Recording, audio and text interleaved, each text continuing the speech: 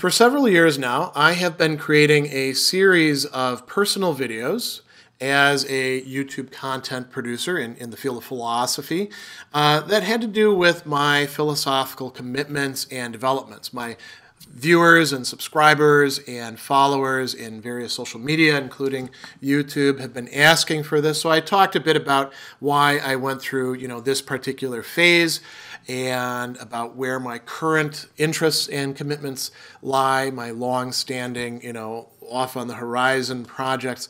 This one is a little bit different because this has to do with something you might say that is more global. I wanted to talk about why it is that I engage in philosophy on YouTube in the first place, what it is that I'm actually doing here. So I thought this could be quite useful for some of the people who ask about this. What I'm going to do is tell you the 5 answers that, as I give thought to it, I've worked out about why it is that I do what I do here. And before that, I'd like to tell you a little bit about the backstory of how I got into this, how it grew, where things have gone for me with the YouTube channel.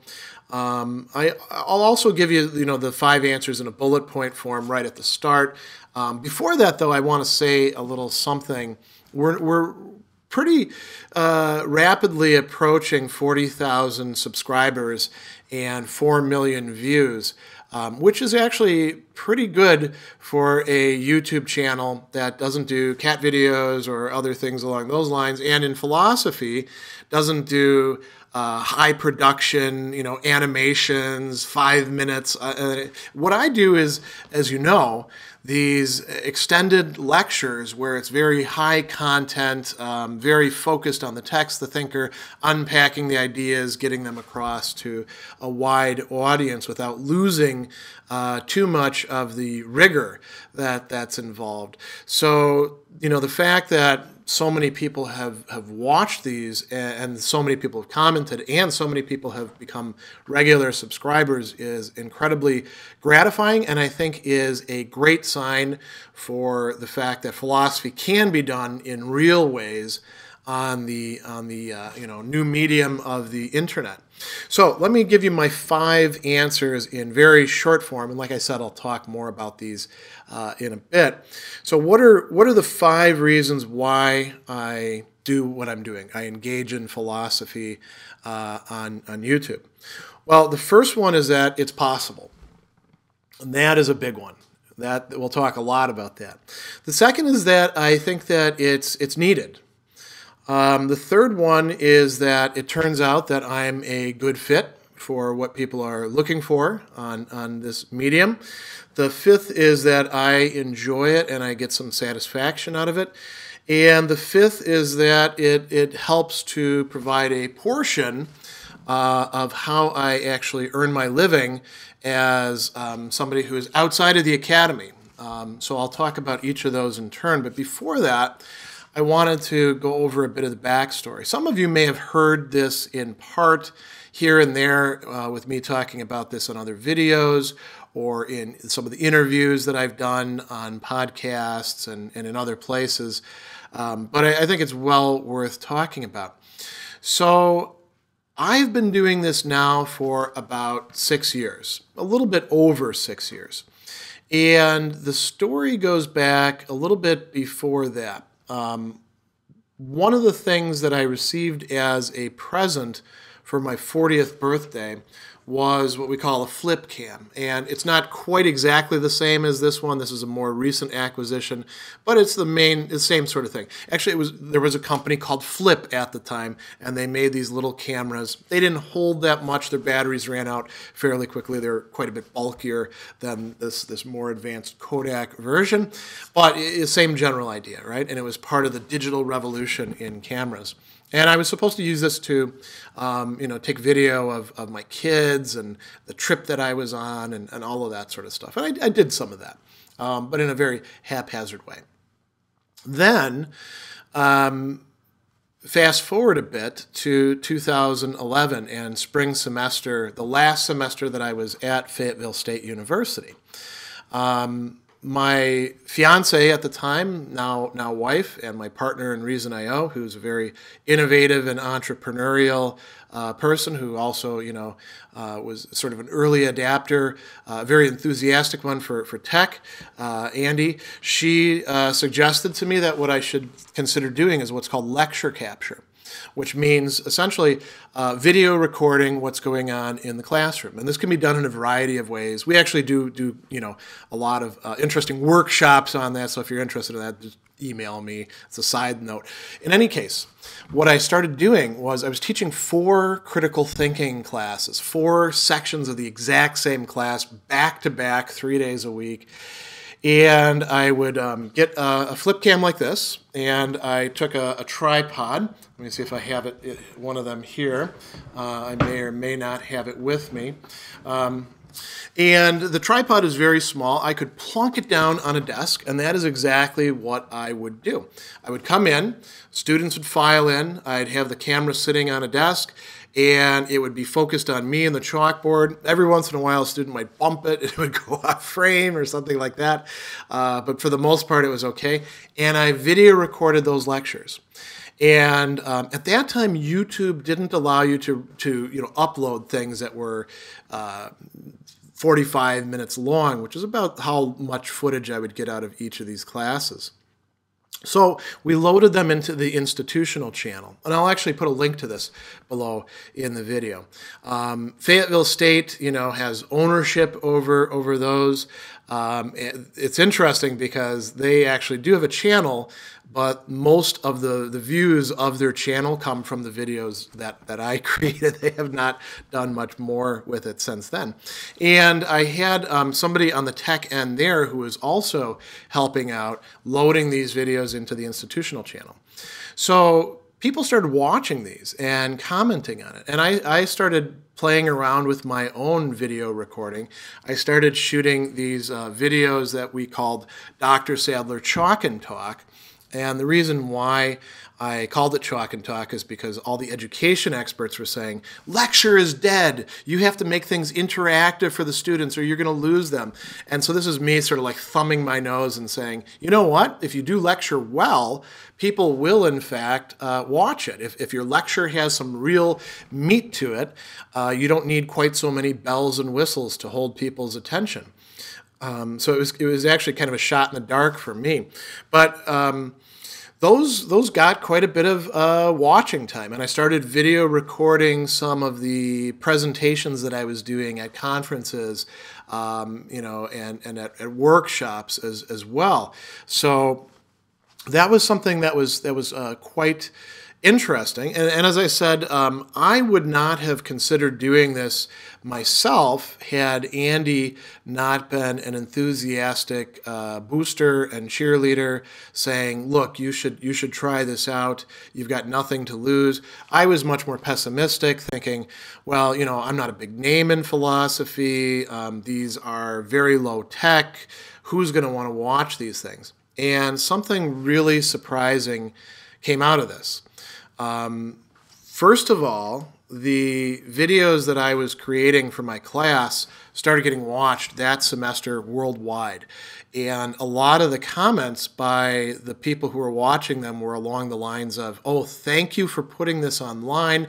My professor is terrible at explaining this, or I just couldn't understand this, or we went over this and then they wouldn't go back over it again, or all sorts of worries like that. And I knew that when it comes down to it, I was a pretty good teacher. And I also knew that a lot of my peers are not particularly good at teaching when it comes to philosophy. They're often good at writing or doing other things, but they're often not particularly good at dealing with students. But I was surprised at the sheer volume of this. And that also started coming up with some of the other videos that I was doing as well. Now, I left Fayetteville State University after organizing a university-wide assessment and helping them write their tenure quality enhancement plan, being up for early tenure and promotion. I left all that behind. There's a whole story about that perhaps I'll do a video on some other time. And I moved up to New York, essentially because we were doing this long distance relationship, and going from North Carolina to New York was quite a drag. So now we were together, in one place, Andy and I started teaching for Marist College, and I did the same thing there. I started recording my lectures, but now I uploaded them into my YouTube channel, in part because you could actually upload longer videos, and in part because Marist wasn't like Fayetteville State University asserting, intellectual property rights over the stuff that I produced. It was my intellectual property. And now I was no longer teaching critical thinking. I was teaching things that had a bit more substance, intro to philosophy and ethics. And I have my students read primary texts. So we were reading Plato and Aristotle and Thomas Hobbes and Descartes and, going on and on and on. So I was recording stuff no longer just from a textbook, but from the classics. And those caught on very quickly as well. And people started saying the same sort of comments. My professor is not explaining this to me. I'm not understanding the text. Your videos are helping me out with this. A lot of other people started saying things like, I've been out of college for a long time and I wished I could go back. I watch your videos because it gives me the feeling of being in a classroom. Or I can't afford to go to college, so I'm using your videos as a resource. And eventually it got to the point where, not only were students and lifelong learners using them, but also other professors were, watching my videos to sometimes get ideas about how to teach the material, or see whether they were on the right track, or sometimes just for enjoyment. And then I started shooting other videos and other sequences outside of the classroom. You notice that chalkboard behind me and that lighting stuff. Those are investments that I made, or we made rather, over time after we determined that I should no longer simply rely on being able to find an open classroom to shoot a video or have a class on it. We should actually take control over the video production process. And that is, in fact, what we have been doing. I also now recently acquired a voice recorder with a lapel mic that we use as well. And I started, shooting other series like the existentialist series, right? Existentialist philosophy and literature, or one-offs like on Plato's Ion or on Hume's natural history of religion, things that I hadn't talked about in class. And then I started shooting core concept videos, these much shorter, 10 to 25 minute videos focused on one particular issue or distinction or argument in a philosophical text. And those have been, incredibly helpful for people as well. And then I started the half-hour Hegel series, and I started doing other things like spinning off additional channels like a critical thinking, argumentation, and logic channel, or a history of ideas channel. And I use the videos as the core for other larger things like online classes. So, I've been engaging in this for a long time, and it's grown and it's grown and it's grown because people, do like the kind of work that I'm doing. And I once again, I have to say that I would not have really thought of doing this myself had it not been for my at that time fiance, now wife, suggesting it, and then suggesting it some more, and suggesting it some more, and sticking with it. So that's some background stuff, some backstory that I think viewers might be interested. Now let's talk about my answers to these questions. Why do I engage in philosophy on YouTube? So answer number one is it's possible. The internet has become, in some respects, a great equalizer when it comes to, breaking in. In other respects, of course, the big players are the big players, and they have many more resources than we do. But the sort of thing that I have been doing wouldn't have been possible, say, 20, 30 years ago, where you needed a lot of studio stuff to do video production. And, it was really confined to whoever was interested in the tech or to prestige projects that were put about. You think about things that have been around for a while, like the great courses, for example. They invite in people who they think are going to be big draws. And they throw a lot of money at stuff. Some other things like Khan Academy started out very small on YouTube, and then other people were like, this is great, let's throw some money at them, and they suddenly became very big. There's other institutions like, say, for example, the Sadler Foundation, who use other people's materials and sometimes produce a bit of their own. They've used some of mine, for example, in their existentialism classes. For me, the idea that if I want to, for my students, first of all, produce resources that I have control over, and I can decide, what goes where at what time, what's going to be most helpful for them, is incredibly liberating. And the idea as well that if I do good work, people are going to share it and notice it and, talk about it. There's something there as well. And so the internet makes this sort of thing possible. The second answer to this question, why do I engage in philosophy on YouTube, is it's needed. It really is needed. It's surprising because we have a whole world of people out there who could be producing content for YouTube.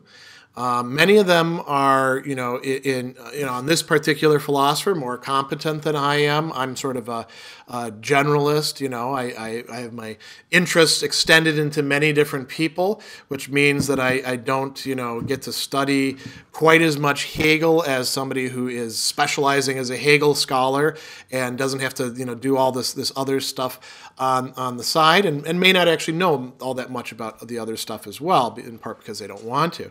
But here's the thing. Very few people are, in fact, doing this. What's needed is people to produce content that becomes publicly available on these, philosophers, these texts. There's certain aspects of it that are really important. You got to actually know what you're talking about. So that eliminates some of the people who shoot the videos. There's others who don't shoot the videos who could be doing it. You also have to be able to be on camera, right? And many people get very nervous about that. It's probably as scary as public speaking is for many people. Strangely, for professors, who are okay at being in a classroom, you think they would be okay with being on video, but many of them aren't.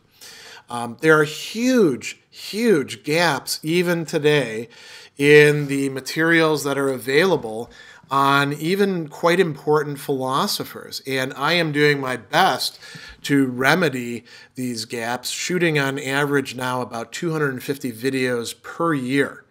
I concentrate on certain figures, so I have a lot of material, for example, on Aristotle's Nicomachean Ethics. There isn't that much more that needs to be done on that, although there's a few places where I could say a bit more about it. I'm just finishing up a series on Aristotle's categories. I've got quite a bit of stuff out there on Epictetus as a Stoic, but there's other Stoics that I should be concentrating on as well, because there's so few people shooting video. And there's plenty of people shooting 5 to 10 minute clips with lots of glitz and stuff like that. But there's very little substance to those. Those leave people rather hungry. And this goes to the other part of it's needed. There is an incredible hunger out there right now for substantive engagement with ideas. It's not being satisfied by our academic institutions when it comes to the general public. It's not being satisfied by our media, including educational channels. It's not being satisfied by the high production, let's do a 5-minute clip on Descartes stuff either. So there's a real need for the kind of work that I'm doing. And over time, we're building a body of work. Think about the half-hour Hegel series. When I'm actually finished with that in another 2 years, hopefully, there will be a video commentary consisting of about 300 videos that leads anybody who wants to study Hegel through one of the most difficult works of Western philosophy, the Phenomenology of Spirit. Let's talk about the third answer, which is that I am a good fit. I didn't realize that, as it turns out, one of the talents that I have, and I'll talk a little bit about how this happened to be the case, is taking complex philosophical ideas, thinkers, texts, and talking about them in such a way that non-academics and non-philosophy majors can learn about them, can come away with a solid understanding without watering the stuff down. It's very, very difficult to do that, apparently, for many people, because they're great at watering the stuff down and then it's watered down, or they talk at a very high level of theory without a lot of examples and analogies and relating it, or perhaps they talk in such a way that they just turn off the viewers. So it's hard to get those two together. And as it turns out, that is one of the things that I'm particularly versed in, and that came about not because of any, I think, great talent on my part, but by putting in year after year after year of teaching what we call service classes. That's critical thinking, intro to philosophy, ethics, philosophy of human nature, these very basic level classes that we teach to non-majors. Those are some of the hardest classes to teach. They're the least compensated for, and so there's very little prestige. But if you do them well, you have the opportunity to reach far more people than in any other venue that you might be in. That was the apprenticeship that I went through. That's where I learned my craft. And as it turns out, I mentioned the fear that people have about being on camera. I don't have that fear for whatever reason. I never did. My main worry is about whether I'm expressing myself well. So sometimes I'll let you in on a little secret. At the beginning of videos, I may do a number of takes where I get, a few sentences into it or a minute into it, and I'm like, this is no good. I got to start again, right? I did that actually in this video. But once I get rolling, I really don't have any problem keeping the discourse going, in part because I'm explaining stuff that matters to me. So all of this makes me a particularly good fit for being able to fill in these gaps that I'm saying are out there, and to satisfy this demand that's there for substantive engagement with ideas, for talking about philosophy without talking down to people. So that is the third thing. Let me talk about the fourth answer to why it is that I engage in philosophy on YouTube. And that is quite simply that there is a lot of enjoyment and satisfaction on my own part. And this fits in a little bit with the first reason about it's possible, right? I'm somebody who has engaged in traditional academic publication. I used to write anywhere between 2 to 3 academic articles a year. I've written a book, which is actually a set of translations with a huge 100-page introduction and massive chronological bibliography about a debate that took place in the 1930s in France. So I did my time as an academic, and I enjoy doing that sort of thing. And I also do enjoy going around and doing public speaking, and I also do enjoy the other activities that I engage in outside of the academy, doing the consulting work as a philosopher, like for instance with ethics consulting, doing the public speaking, doing the tutorials and the philosophical counseling and coaching. I love doing all of that stuff, but I also love shooting these videos. I love being able to go to the channel and look and see that I have actually covered all of Aristotle's Nicomachean Ethics, or that I'm 180 video installations into the half-hour Hegel series, and that I'm close, 2 years away from being able to provide an entire commentary in video form on this difficult work that at this point, tens of thousands of people have watched and used for their own study of Hegel. There's an incredible satisfaction that comes from knowing that I am providing a service that people really do appreciate, and that's needed. That's particularly needed in our times, as we sort of move into this new millennium, and we're working with new media. This is absolutely vital as far as I'm concerned, and I try to bring other people into it. I give coaching advice quite often to other people who are trying to do the same work that I'm doing, whether they're in academia or outside of academia. So there's a lot of satisfaction there that helps to sustain me. The fifth answer to why it is that I engage in philosophy on YouTube is that it does also help me to earn my living. Now, the YouTube itself does not pay for very much, quite frankly. The advertisements on videos at one time were paying much more to us YouTube creators than they currently do. Right now, it's pretty surprising how little they actually provide, and that's just life. But what I've found is that people watch the videos and they say, well, I like the way this guy teaches, so maybe I should take an online class with him. Or if they have the resources or they know other people who do, they say, I'd love to hear this guy speak. Let's bring him in to do a talk. Or they say, this guy seems like somebody I'd like to work with. I'll hire him as a tutor or as a philosophical counselor or coach to work with me on, learning something or on issues. Or, people contact me for consulting gigs. And that's a very important aspect. I should also mention that I am going to be creating a Patreon page for this YouTube and everything else that I'm doing as well, because people have been asking for that, and it seems like a really great idea to me. Now, let me talk, now that I've gone through those 5 answers, right, and I told you a little bit about the backstory, let me tell you a little bit about the plans, because people are also, sometimes asking about this and sometimes expressing worries. I have no plans to get off of YouTube anytime that I can think of. As a matter of fact, if YouTube remains more or less the same sort of thing, I mean, who knows what it's going to look like 20 years from now, but let's assume that things remain more or less equal, I can see myself still producing content 20 years from now.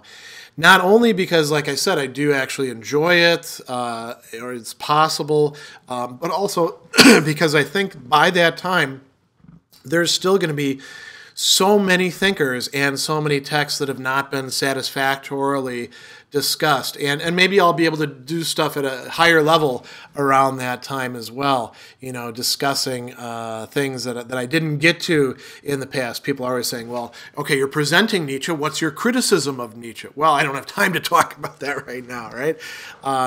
Or, how do these different thinkers connect with each other? There is so much that can be worked on with YouTube, that I think I found one of my callings in life, which is producing these videos. So that is what I've got lined up. Some of the things that I have in my mind for going on in the future are, doing a series, for example, on political philosophy. That's something I'd love to do. I'd love to get back and finally finish up that existentialist philosophy and literature series.